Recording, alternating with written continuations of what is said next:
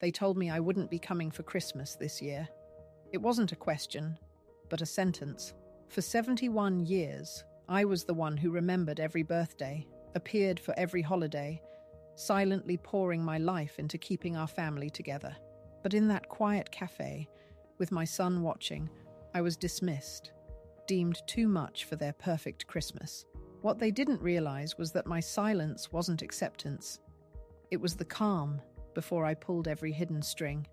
Before we jump back in, don't forget to subscribe while you're listening. And let us know in the comments where you're tuning in from. Now, take a breath and listen closely. This is my story. They told me I wouldn't be coming for Christmas this year. It wasn't a question, but a sentence. My name is Ilara Vance. I'm 71, living alone in Willow Creek, a town where snow buries secrets. If you're listening in a quiet kitchen, just a clock ticking, a teapot gone cold, perhaps you understand. I used to be Mom, Grandma, the one who remembered every birthday, appeared for every holiday. This year, for the first time, no invitation, not for anything I did wrong.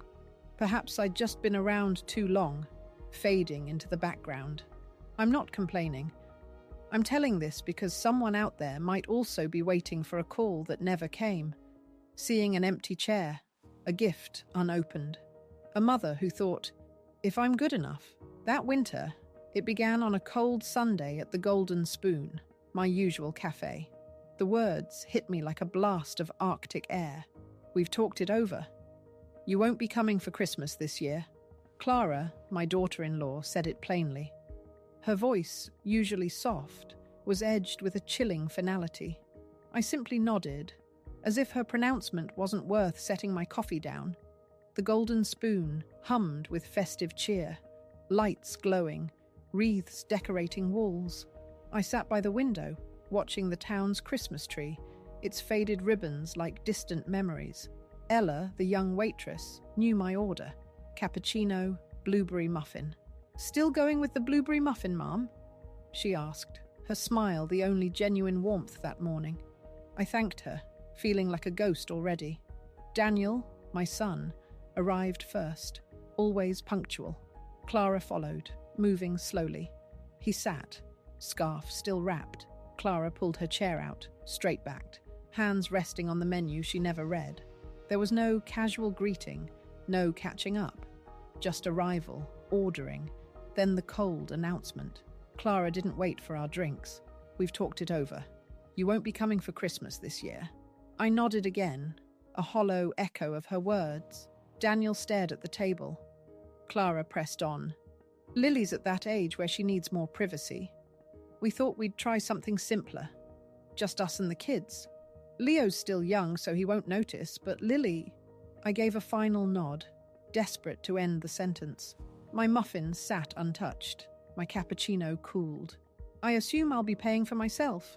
I pulled out my wallet, placing exact change on the plate. A deliberate act. Ella returned with homemade gingerbread cookies. For you to take home, she offered.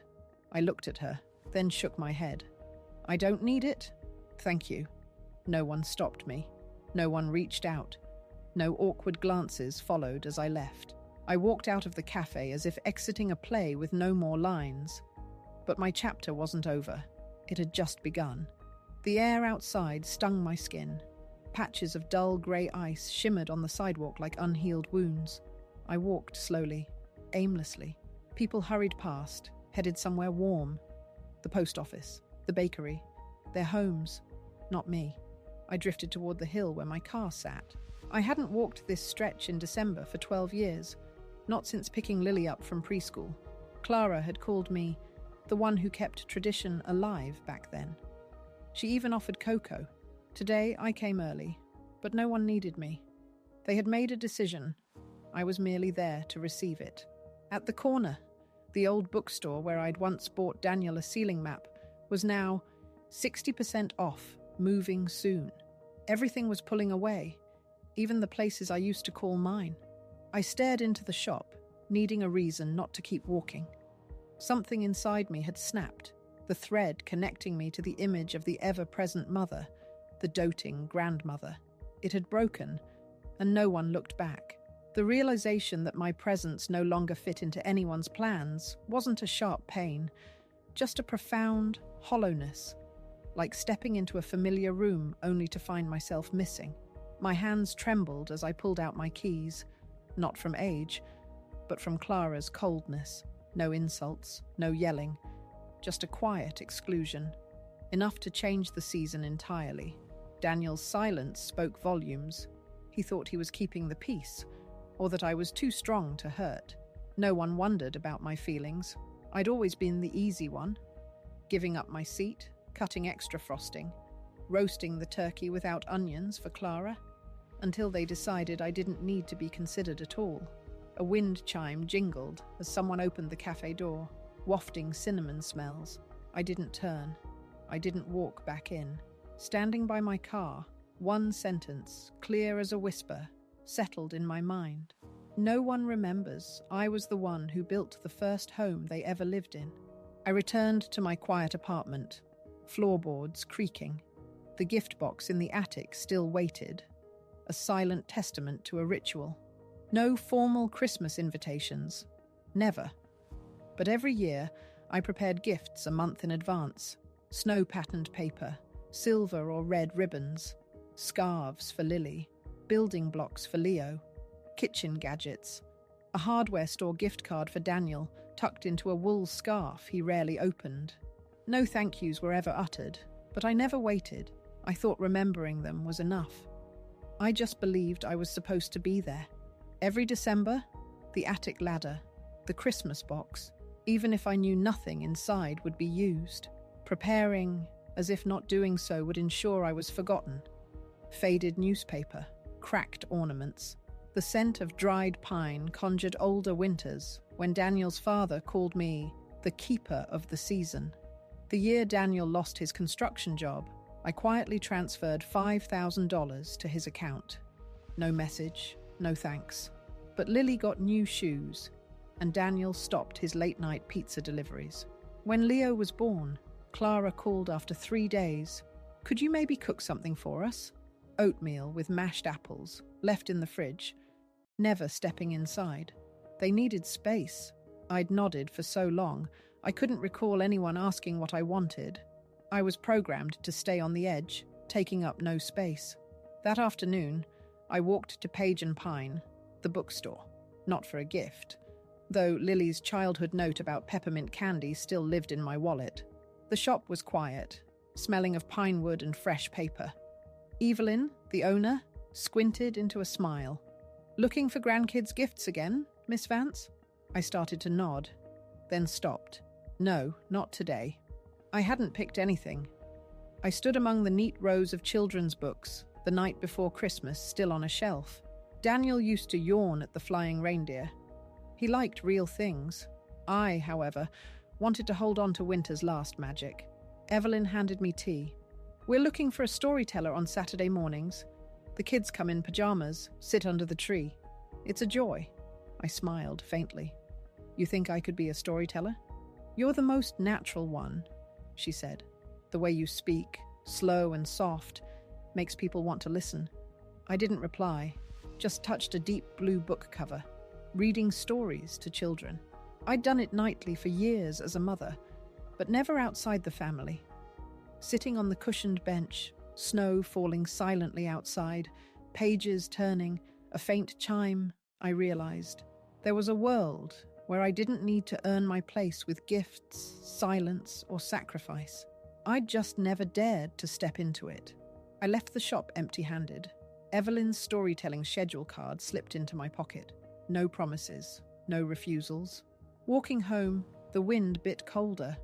My apartment was dark. Last year's gift box sat untouched. I opened my notebook. The page was blank. No appointments, no shopping list. My hands, lined with soft creases, felt steady. I wrote one line, deliberate and clear. "This year, I'll try bringing nothing, and see who still invites me." I sat for a long time. It was time to take inventory and finally ask, what was left for me? Have you ever looked around and realized the space you occupied was empty, not because people had left, but because they had never truly seen you there? I used to be an accountant, remembering every dollar, but I'd never used that skill to count what I'd given away. Not until this week. I printed the bank statements, laying them out on the old dining table that now served as my desk. The maple wood, scratched in places from when I'd dropped a plate last year, caught the light. A red pen lay next to my tablet, a cup of morning coffee beside it. I wasn't doing this to blame anyone. I just needed to know how much of my life I'd poured into others without ever being named first. The first line, $200 a month for internet for 4 straight years, ever since Clara said, "We'll cover it, Mum. Just keep the account in your name so it doesn't get shut off." I couldn't remember if I'd nodded or just stayed quiet. Either way, the total came to $9,600. Next, home repairs. The year Daniel's basement flooded, I fronted the insurance cost, $14,500. Then the down payment to help with Clara's car, $6,200. Summer classes for Lily, $1,800. Emergency hospital bill when Leo had a high fever 2 winters ago, $3,200. And that wasn't even counting the meals, the toys, the electric bills I quietly paid. I put it all into a simple spreadsheet. Rows for each item, columns for each year. The final number, $276,800. I stared at that number for a long time. Not because of how much it was, but because I'd never realized how much I could give and still survive. Not comfortably. Just survive. Without feeling like I had anything left. My phone sat silent on the table. I pressed the button and left a voicemail for the law office I'd used for years.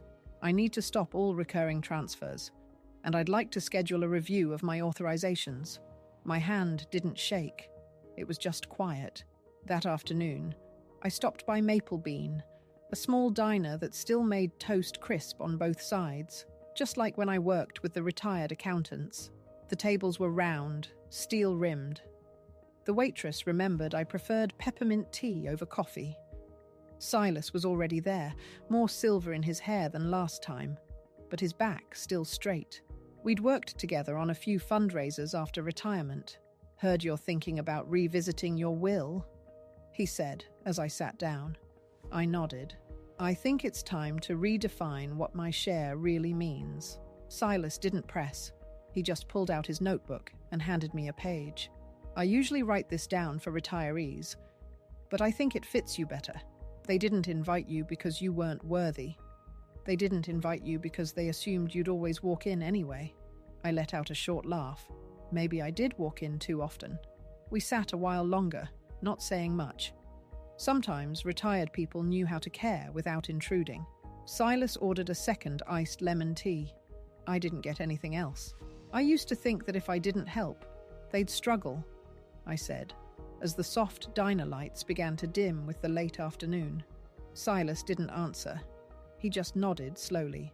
I left before it got completely dark. The snow hadn't started again. I walked a short stretch down Main Street. Christmas lights had already been wrapped around the lampposts. At the bank nearby, an older woman sat at the counter, counting coins from a small fabric pouch. Her gloves were fraying. The plastic cup beside her had a chipped rim. She didn't look at anyone, just focused on her task. I stood and watched for a moment, not out of pity, but because I understood her. Maybe she, too, had once been the one who always prepared, always sacrificed, always said yes. And then one day, no one needed that anymore. No one pushed her away. They just didn't save her a seat. Back home, I opened my file cabinet. 3 savings folders. I added a 4th for myself. In any situation. I moved $12,000 into it. No one knew. No one needed to. Just me. And for the first time, I didn't wait for anyone's permission. Night fell slowly. The wind hummed lightly against the windows, but the old desk lamp kept the room warm. I switched it on. A soft yellow glow brushed across the wrinkles on my hands, and the bill with my name printed at the top. For the first time in years, I crossed my own name off the family ledger. I closed the folder and looked out at the fog-covered window. And for the first time in years, I didn't want to stay in a place where people only kept me because I was familiar. I didn't leave a goodbye note, no parting words. I just took back the keys to the cabin, the one that used to be mine, and drove off as the snow began to blanket the edge of the road. Have you ever quietly walked away from a life you built, only to realize the silence was the loudest, most honest sound you'd heard in years? The cabin sat by Large Pine Lake, where the pine forest ran thicker than memory. It was only a 20-minute drive from town, but I drove slowly, as if my car, too, didn't want to disturb the quiet waiting ahead.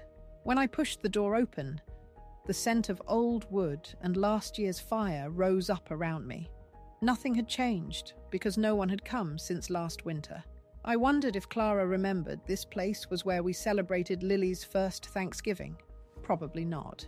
She prefers homes with strong Wi-Fi now and larger driveways.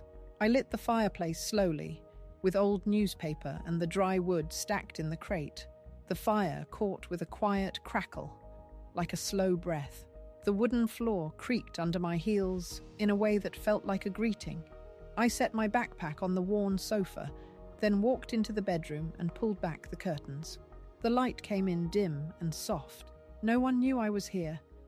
Not out of anger, but because for the first time, I wanted to choose a place for myself without explanation, without asking permission. That afternoon, I walked the dirt trail toward the end-of-season farmers' market. The stalls were smaller now, heaters buzzing faintly under the counters. I bought a bag of golden apples and paused at the baked goods stand. The woman beside me looked up, and I recognized her. Colleen Meyer. We went to high school together once, exchanged letters when she moved north. I'd heard once that her son tried to sell her house without asking. She took him to court and kept her cabin. Colleen saw me right away. "Ilara Vance?" she called. I nodded. She held up a bag of apple pastries. "These still taste the same. And honestly, we don't need anything new at our age, do we?" We each bought a portion and walked back to the cabin. I made hot cocoa. She sat on the wooden steps, hands resting on her knees like someone who used to garden every day. I poured the cocoa into 2 brown ceramic mugs. My hands trembled a little from the steam. Colleen took hers without a word. We sat on opposite sides of the steps, backs against the doorway, facing the forest dusted in snow. No one mentioned children. No talk of letters unread or calls that never came. No one asked why the other had ended up in a winter cabin this far out. Maybe at a certain age, being there is enough to understand. Explanations only make the ache sharper. Colleen looked out toward the lake, now covered in a thin sheet of ice. The evening light sliced across it like a quiet blade of orange. "I kept the cabin," she said, but I couldn't keep the silence. I turned toward her. She wasn't looking at me, just speaking into the wind. "I mean, you can live alone, but the absence of footsteps? You still hear it." I knew what she meant. There are nights when the heater kicks in. A harmless sound, but it echoes like someone whispering my name in a dream, not because it's cold, but because it's no one's voice at all. We didn't speak for a while. The forest rustled gently, like distant waves from a far-off sea. I told Colleen about the cabin that my husband built himself, every stone in the foundation his choice. We camped here the first summer after our wedding. Daniel learned to climb trees in the little woods behind this place. Once, he fell and broke his arm. I screamed in the ER while they wrapped it. I thought I'd never forgive the cabin for letting him get hurt, but I came back every year, every winter. Colleen laughed. "Kids never take care of the things they didn't pay for." I smiled then. "We keep them not to hold it against them, but to hold on to what's left of ourselves." I wasn't sure if she understood what I meant, but I didn't need her to. That sentence was for me. A quiet vow from someone who once forgot her own worth. The sun dipped lower. Colleen stood, waved. No promises to see each other again. But that wasn't needed. People who survive to this age, they know how to return when it matters. I gathered the mugs, folded the blanket, secured the windows. The wind outside picked up, but the fire inside still glowed. I hung my coat on the wooden hook by the door. A moment later, there was a knock. I opened it. It was Mr. Raw, my neighbour from across the hill. He held a wax paper-wrapped tin of oatmeal cookies, said nothing, just nodded. I nodded back and took them. "Welcome to the cold season," he said, turning to leave. I didn't call him back, but for the first time, I didn't feel like my heart was freezing with the air. I shut the cabin door from the inside. The fire hummed, and for the first time in a long while, I wasn't waiting for the phone to ring. When you finally stop waiting for someone else's call, do you find the world grows quieter, or does a new kind of peace begin to fill the silence? I never shared the cabin address, but on a snowy morning, a familiar SUV pulled to the gate. It was the same silver-grey, high-roofed model Clara once called perfect for kids and dogs. The license plate was Daniel's from his 2018 promotion. I stood by the window, teacup warm in my hand, watching. I didn't move closer, didn't step back, just stood. After a few hesitant minutes, they emerged. Clara first, in a white coat, holding a gift box wrapped in red. Daniel followed, his face unreadable beneath a knit hat. Lily, in a red hoodie, carried something round, pine leaves and tinsel. I opened the door just wide enough to invite them in, but I didn't step outside. "Come in. There's coffee." No hugs. No, "Why are you here?" Or, "We've been worried." I wasn't waiting for it, and they didn't pretend. Clara set the cookie box on the wooden table. Daniel looked around, as if stepping into a place that was once his, but now held a different lock. Lily stood quietly near the small tree I'd decorated with paper bows and dried pine cones. I poured tea, asking nothing. Clara spoke first, hesitant. "Mum, I know it was sudden. I mean, you leaving?" I didn't respond, just placed the teacup before her. "I thought maybe you just needed space, but Lily really missed you." I turned to Lily. She said nothing, but placed her handmade wreath on the table, twisted wire, fabric, 2 slightly uneven paper snowflakes. I touched it gently, then nodded. Daniel sat on a wooden chair near the fireplace. It had been a long time since I'd seen him sit lower than me. He looked at me, then said softly, "You leaving made me feel lost." I curled my fingers around my tea. The only sound was the quiet popping of firewood. I didn't smile, didn't cry. "No one said anything when I was there," I stated. "Now I'm quiet. And that's the problem. No one argued. No one defended." Clara shifted. "I brought gingerbread. Lily picked the flavour you like." I nodded, but didn't open the box, didn't say thank you.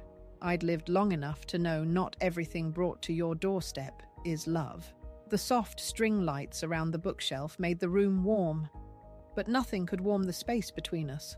I picked up Lily's wreath and hung it on the bedroom door, on the same nail I'd kept from past Christmases. She watched me, pressing her lips together, like Clara when she tried not to cry. I sat back down. Daniel glanced at the window. "Mom, are you coming back?" I shook my head. "I understand," he whispered. It's all so empty." I looked at him, this boy who once feared the dark, who clung to me on Christmas night. Now he had a house, a wife, 2 kids, and still didn't know how much space a mother truly needs. I didn't blame him. Didn't forgive either. I just said softly, like the wind speaking for me, "I'm not angry. I just don't live by instructions anymore." Clara paused. Something caught in her throat. Lily sat still, hands clasped tightly. No one said anything else. Silence on a thick winter day was a complete enough answer. When they stood, I didn't walk them to the door. I stayed, hand resting on the table's edge. I heard the crunch of snow, the car door opening then closing.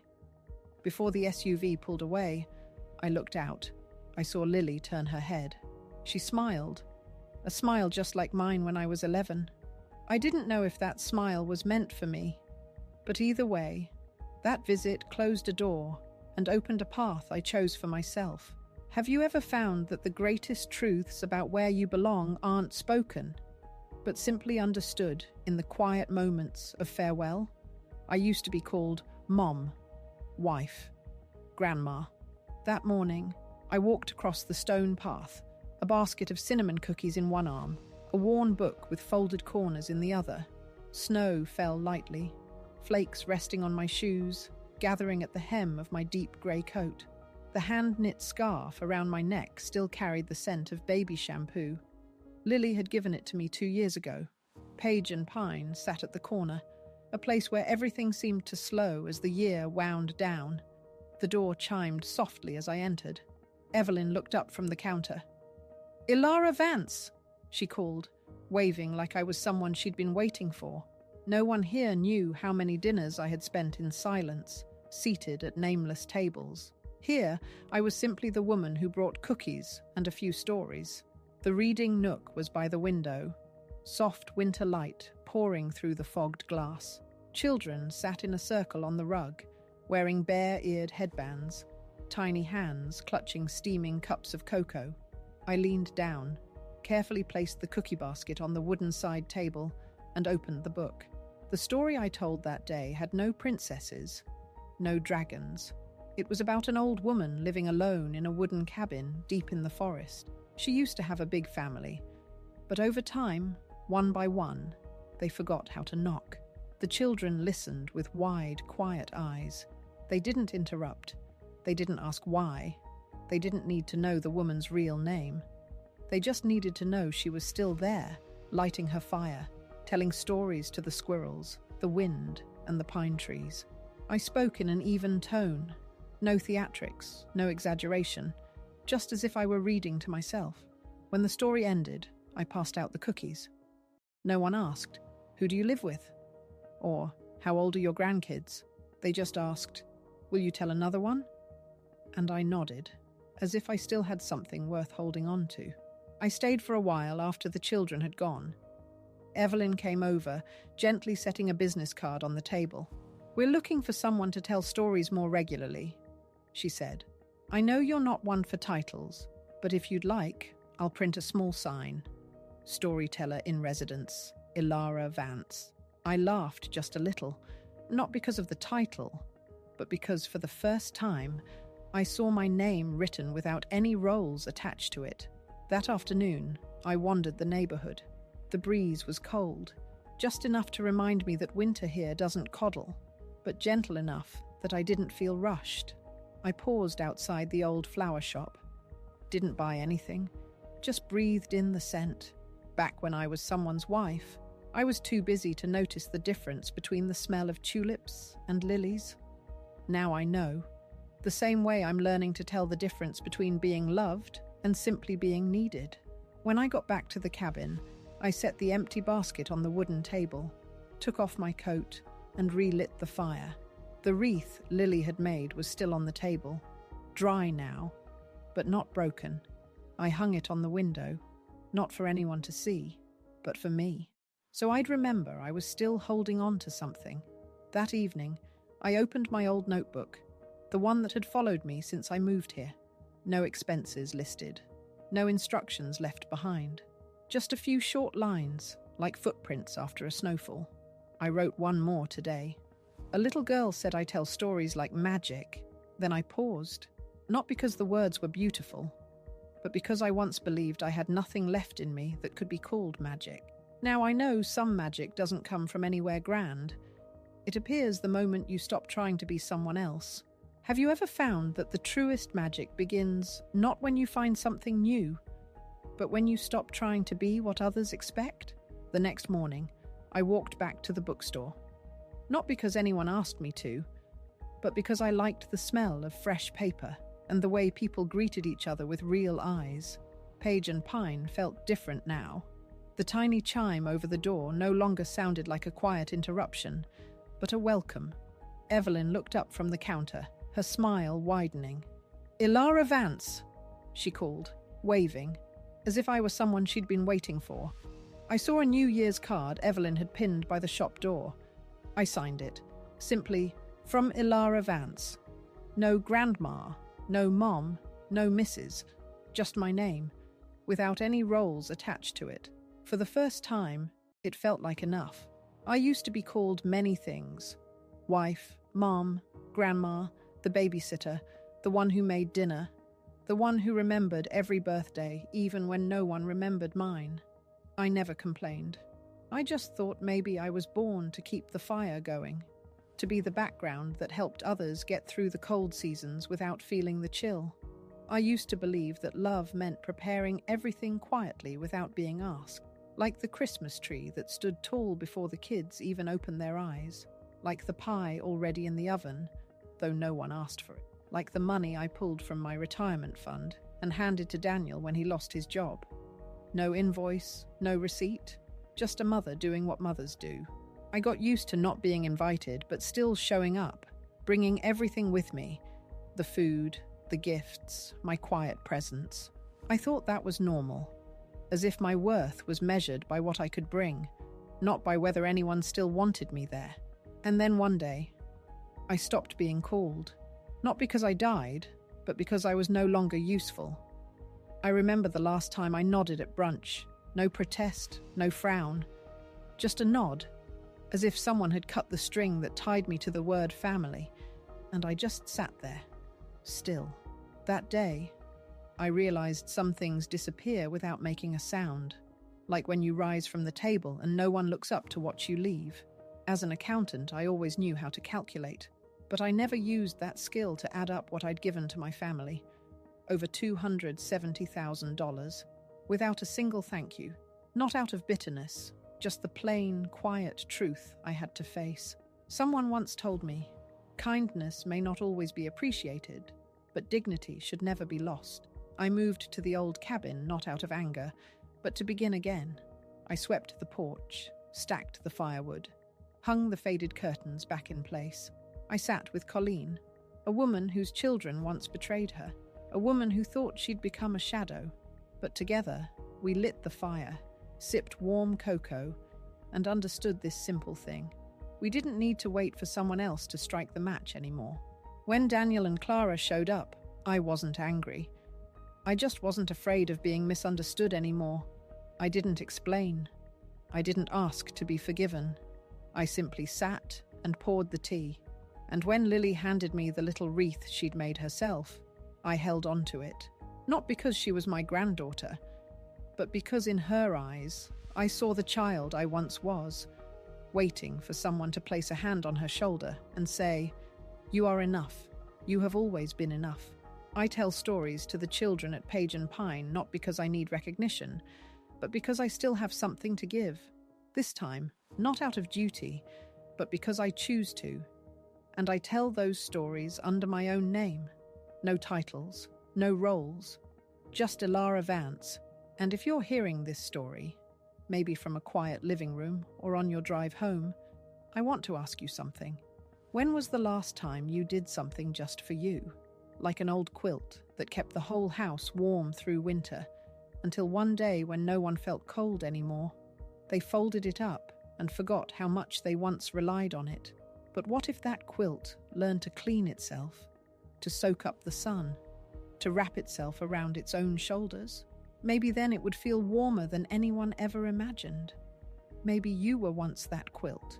And if this story touches your heart, think of someone who once loved you quietly.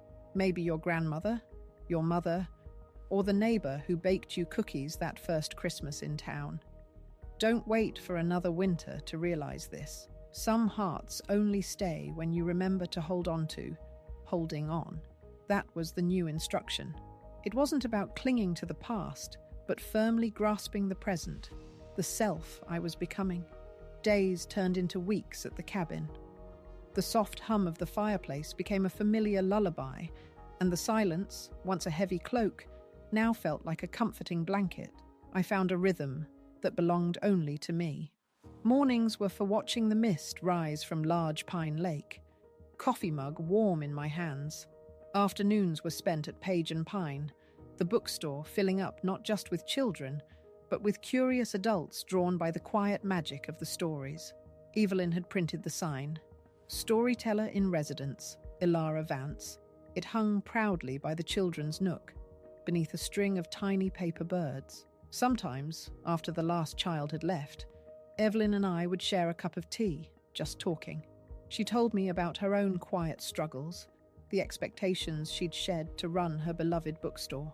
Her honesty was a rare gift, unwrapped without pretense. We didn't need grand gestures or dramatic revelations, just shared understanding. I began to explore the trails around the cabin, the snow-dusted pines whispering secrets as I passed. Mr. Raw often waved from his porch across the hill, sometimes leaving a small bundle of freshly chopped firewood by my door.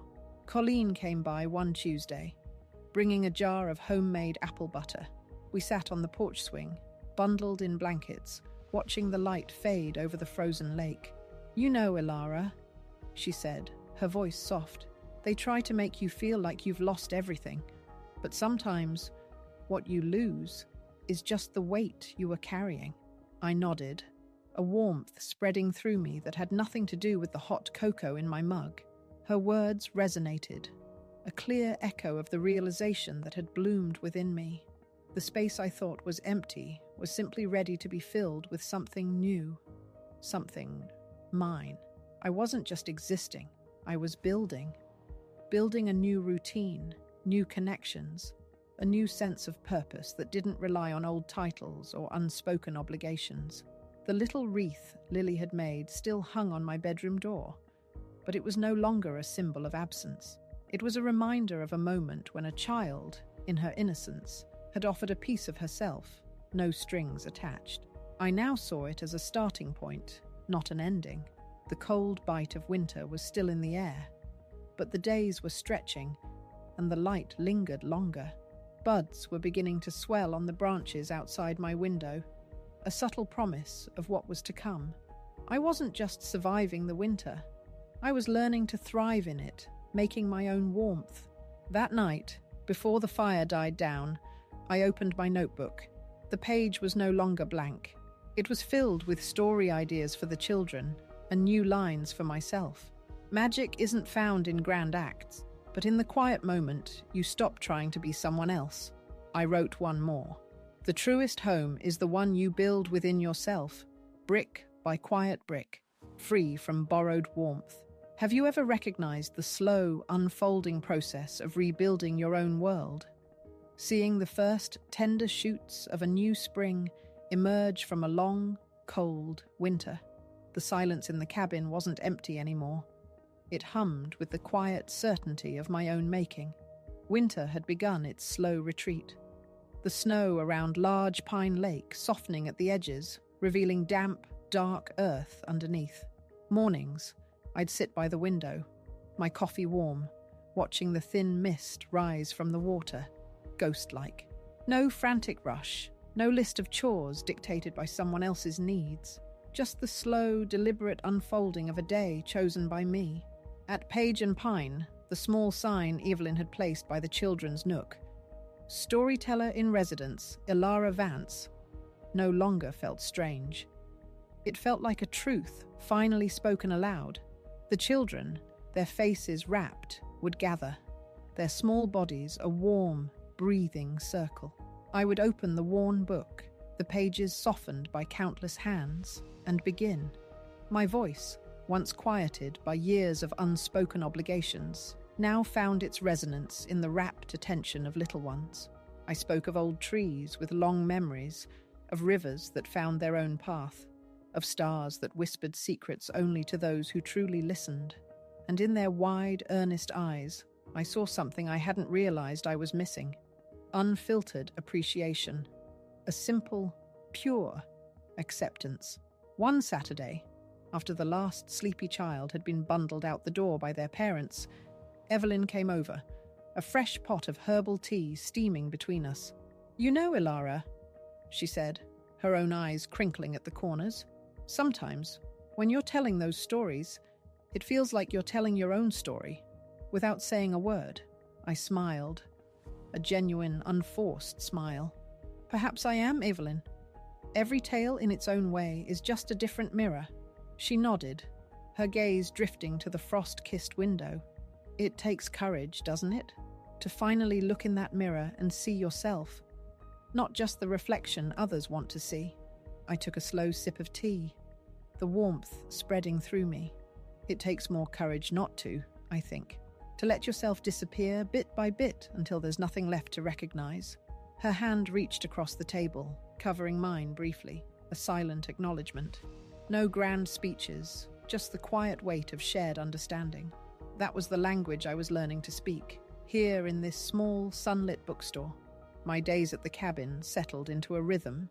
I started a small indoor herb garden, green shoots reaching for the winter light, rosemary, thyme, basil, scents that filled the small kitchen. Not for a family dinner, but for the quiet pleasure of tending life. Mr. Raw, my stoic neighbour, continued his silent offerings. A tin of fresh eggs, a neatly bundled stack of split firewood, left on my porch without a knock. Once, I found a small clay pot holding a single sturdy daffodil bulb, already showing a hint of green. No note, just the promise of spring. These were not transactions. They were connections woven from respect and quiet observation. I no longer measured kindness by how much I was needed, but by the unexpected gifts of presence, small and profound. I often thought about that brunch, that cold pronouncement, Clara's clipped words, Daniel's averted gaze, Lily's innocence. The memory didn't sting anymore. It was like reading a page from an old, discarded book. The characters were still there, still moving through their own lives, but my story had taken a different turn. I understood now that their dismissal wasn't a judgment of my worth, but a reflection of their own inability to see beyond their immediate needs. They had relied on me as a function, not as a person with a beating heart and a lifetime of sacrifices. And in their assumption that I would always walk in anyway, they had erased the very space where I needed to be seen. The quiet, unacknowledged years, the countless unseen contributions, they had become a ledger of unseen value. But it was my ledger now, its balance sheet no longer defining my deficit, but my abundance. An abundance of resilience, of quiet strength, of a self finally discovered. One afternoon, Colleen came by again, this time with a thermos of hot cider and a worn deck of cards. The wind was sharper that day, rattling the cabin windows. But inside, the fire roared, warm and inviting. "Fancy a game, Ilara?" she asked, her eyes twinkling. We played gin rummy for hours, the cards slapping gently against the wooden table, the only sounds the fire's crackle and our occasional quiet chuckles.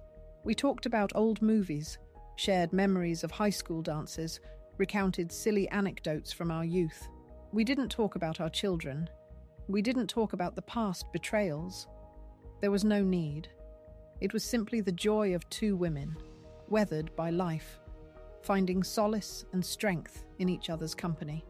"You know," Colleen said, gathering the cards, "my son, he still doesn't get it, thinks I'm just being stubborn, living out here.